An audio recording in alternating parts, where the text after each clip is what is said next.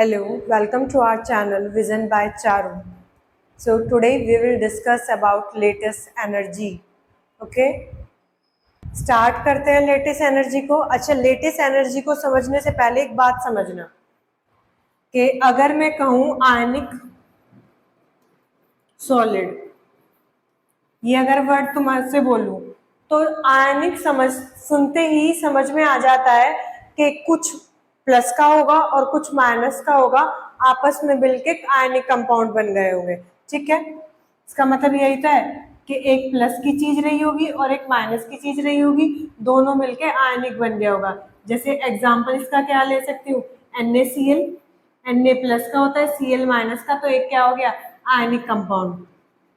ठीक है, तो इसी से रिलेटेड है, सुनना जरा।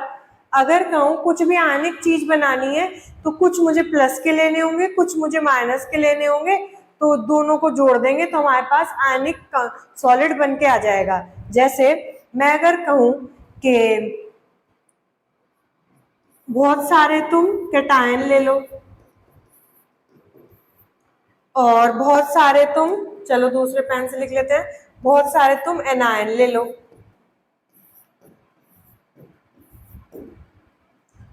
और फिर क्या करेंगे, हम इन मान लेते हैं हम इनकी क्वांटिटी के 1 मोल ही तो हमने एनायन लिए हैं और 1 मोल ही हमने कैटायन लिए हैं।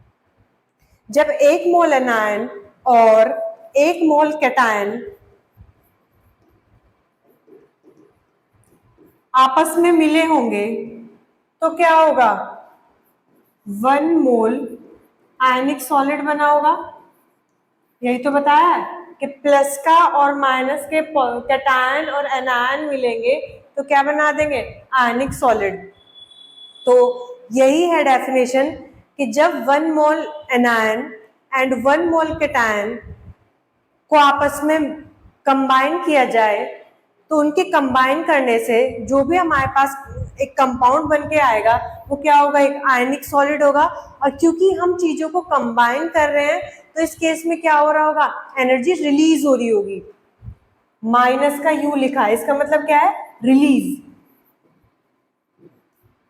तो सुनना जरा, लेटेस्ट एनर्जी की अगर डेफिनेशन दोगे तो क्या दोगे कि जब हम 1 मोल कैटायन और 1 मोल एनायन को आपस में कंबाइन करेंगे, कहीं से बहुत दूर से लाके आपस में कंबाइन करेंगे तो उन्हें कंबाइन करके हमारे पास बन के आएगा 1 मोल आयनिक सॉलिड। अब तुम्हारे दिमाग में ये तो नहीं चल रहा कि 1 मोल ये थे और 1 मोल ये थे तो ये तो 2 मोल बनना चाहिए था, ऐसा थोड़ी होता है। अगर एक Na है और एक Cl है, Na प्लस और एक Cl माइनस, तो दोनों मिलके एक पूरा NaCl ही तो बनाएंगे। ठीक है, 2 थोड़ी बन जाएंगे। तो वही है कि 1 मोल कैटायन और 1 मोल एनायन जब आपस में कंबाइन करके 1 मोल आयनिक सॉलिड बनाएंगे तो उसे ऐसा करने में जो भी अमाउंट ऑफ एनर्जी रिलीज हो रही होगी उसी एनर्जी को हम कहेंगे लेटेस्ट एनर्जी। लेटेस्ट के बनने के लिए जो एनर्जी रिलीज हो रही है वो लेटेस्ट एनर्जी। हमेशा ध्यान रखना, जहां पे बॉन्ड बन रहे होंगे वहां पे एनर्जी रिलीज होगी और जहां पे हम बॉन्ड ब्रेक करेंगे वहां पे हम एनर्जी देंगे। तो यहाँ पे बॉन्ड बन रहे हैं नए बॉन्ड, इसलिए एनर्जी यहाँ पे रिलीज हो रही है, इसलिए हमने यहाँ पे नेगेटिव साइन लिया है। ओके, और ये तो एक तरीका हो गया। अब अगर मैं कहूँ इसी चीज को दूसरे तरीके से कैसे रिप्रेजेंट कर सकती हूँ तो देखना जरा। अब उल्टा अगर मैं कह दूं कि मान लिया कि 1 मोल आयनिक सॉलिड था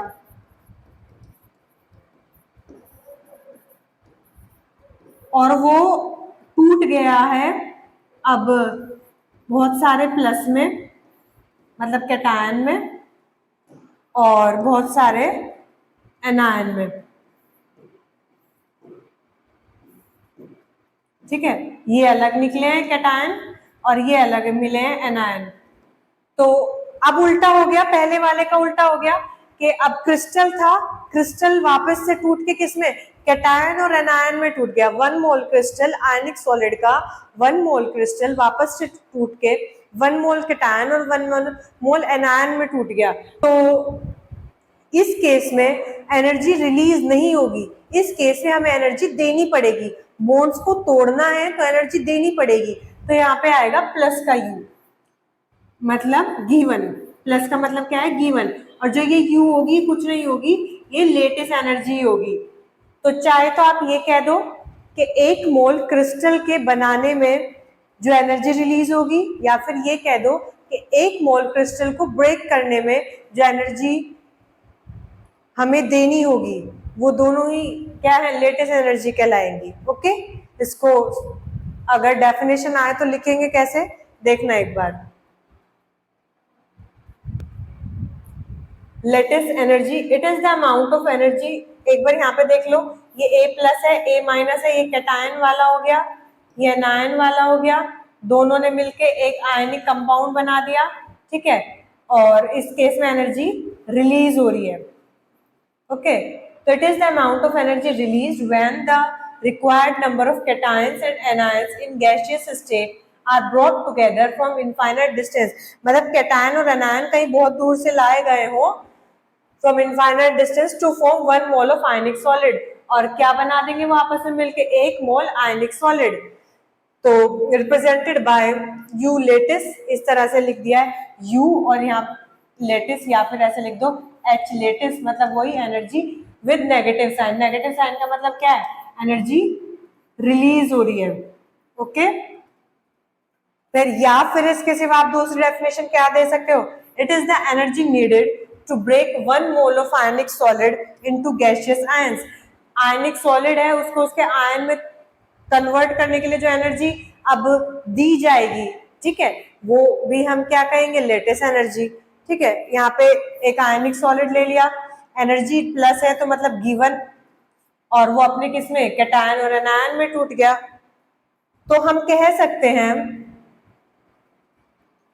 जितनी ज्यादा एनर्जी होगी, मतलब लेटेस्ट एनर्जी जितनी ज्यादा होगी, उतना ही स्ट्रॉन्ग हमारा क्रिस्टल होगा। ठीक है, वो आयनिक कंपाउंड हमारा उतना ही ज्यादा स्ट्रॉन्ग होगा। तो यही, greater is the magnitude of latest energy, more would be the stability of ionic crystal. जितनी ज्यादा लेटेस्ट एनर्जी होगी, इतनी ही ज्यादा स्टेबिलिटी होगी उस आयनिक क्रिस्टल की। ओके, आगे देखते हैं कि किन किन फैक्टर्स पे ये लेटेस्ट एनर्जी डिपेंड करती है। ओके, सबसे पहला फैक्टर है charge, charge on cations and anions. Cations और एनायंस पे जितना ज्यादा से ज्यादा चार्ज होगा, मान ले कि एक पे प्लस का जितना ज्यादा प्लस होगा, जितना ज्यादा माइनस होगा, उतने ज्यादा एक दूसरे को अट्रैक्ट करेंगे। इसका मतलब हायर इज द चार्ज, जितना ज्यादा चार्ज होगा on cation and anion, more would be the lattice energy. क्योंकि जितना ज्यादा चार्ज होगा, उतना ज्यादा वो एक दूसरे को क्या करेंगे, ज्यादा बंधे रहेंगे एक दूसरे से। ज्यादा बंधे रहने का, स्ट्रांगली बंधे रहने का क्या मतलब है कि उनकी जो लेटेस्ट एनर्जी होगी वो हाई होगी। Okay, charge on cations and anion, तो इन्होंने एक एग्जांपल लिया है, NaF, Mgf2 एंड MgO। तो यहाँ पे चार्ज देख लेते हैं इन पे सब पे। यहाँ पे -2, तो यहाँ प्लस का 2, यहाँ -1, तो ये टोटल माइनस के 2 हो गए, तो यहाँ प्लस का 2, और ये -1, तो ये +1। सबसे ज्यादा चार्ज किस पे है, इस वाले पे, फिर इस पे प्लस के 2 है, यहाँ पे माइनस का 1 है, तो दोनों 1-1 के हैं। फिर दूसरे नंबर पे इस पे चार्ज है, फिर लास्ट में इसमें। तो अगर इन तीनों में कंपेयर करूं, सबसे ज्यादा चार्ज इसमें है, मैक्सिमम चार्ज कैटायन और एनायन पे, और यहाँ इस वाले में क्या है, मिनिमम चार्ज। तो जिस पे ज्यादा से ज्यादा चार्ज होंगे, उसकी लेटेस्ट एनर्जी उतनी ही ज्यादा होगी, क्योंकि जितना ज्यादा प्लस वो उतना ही ज्यादा अट्रैक्ट करेगा माइनस वाले को, और जितना ज्यादा माइनस उतना ही ज्यादा प्लस वाले को। Higher is the charge, higher will be the attracting power, and more will be the lattice energy. Okay, next is the interionic distance, के जो वो इंटरआयनिक डिस्टेंस है उस पर कैसे डिपेंड करेगी लेटेस्ट एनर्जी। जितना ज्यादा उनके बीच में गैप बढ़ता जाएगा, लेटेस्ट एनर्जी उतनी कम होती जाएगी। वो इनवर्सली प्रोपोर्शनल होती है होगी ही। जब गैप बढ़ता जाएगा तो वो एक दूसरे से इतने टाइटली नहीं बंधे हुए होंगे, जब गैप कम होगा तभी तो वो, जैसे अगर मैं कहूँ कोई ये चीज बिल्कुल पास पास रखी है और कोई ये चीज दूर दूर रखी है, तो अब बताओ किन के बीच में ज्यादा फोर्स लगेगा? तो ये आपस में टाइटली बंधे होंगे, ये अच्छे से नहीं बंधे होंगे। तो जो टाइटली बंधे होंगे उन्हीं के बीच में तो लेटिस एनर्जी ज्यादा रहेगी। तो जितना ज्यादा गैप बढ़ता जाएगा उतनी लेटिस एनर्जी कम होती जाएगी। तो हम कह सकते हैं लेटिस एनर्जी इंटर आयनिक डिस्टेंस के इनवर्सली प्रोपोर्शनल होती है और साइज ऑफ आयंस के भी इनवर्सली प्रोपोर्शनल होती है। तो ये एग्जांपल से बता दिया है। जैसे जैसे साइज बढ़ता जाएगा, जैसे समझिएगा,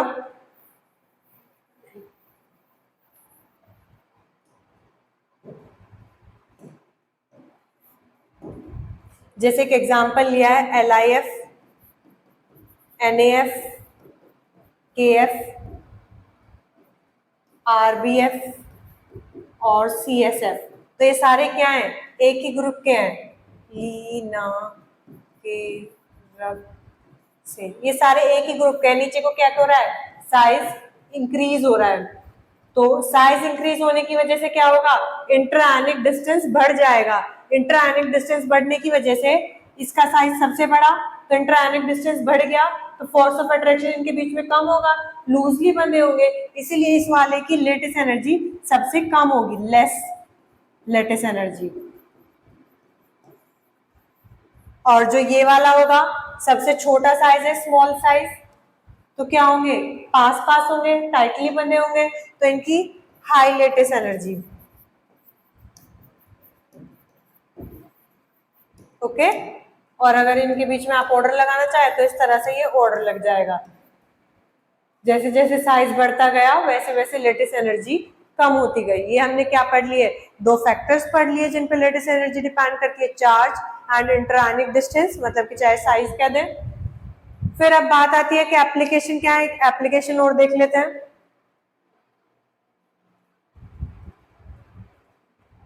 ये बात मैं आपको पहले ही बता चुकी हूँ, किसी भी चीज की जितनी ज्यादा लेटिस एनर्जी, इस बात से ये प्रूफ होता है कि वो आयनिक सॉलिड उतना ही ज्यादा स्टेबल होगा।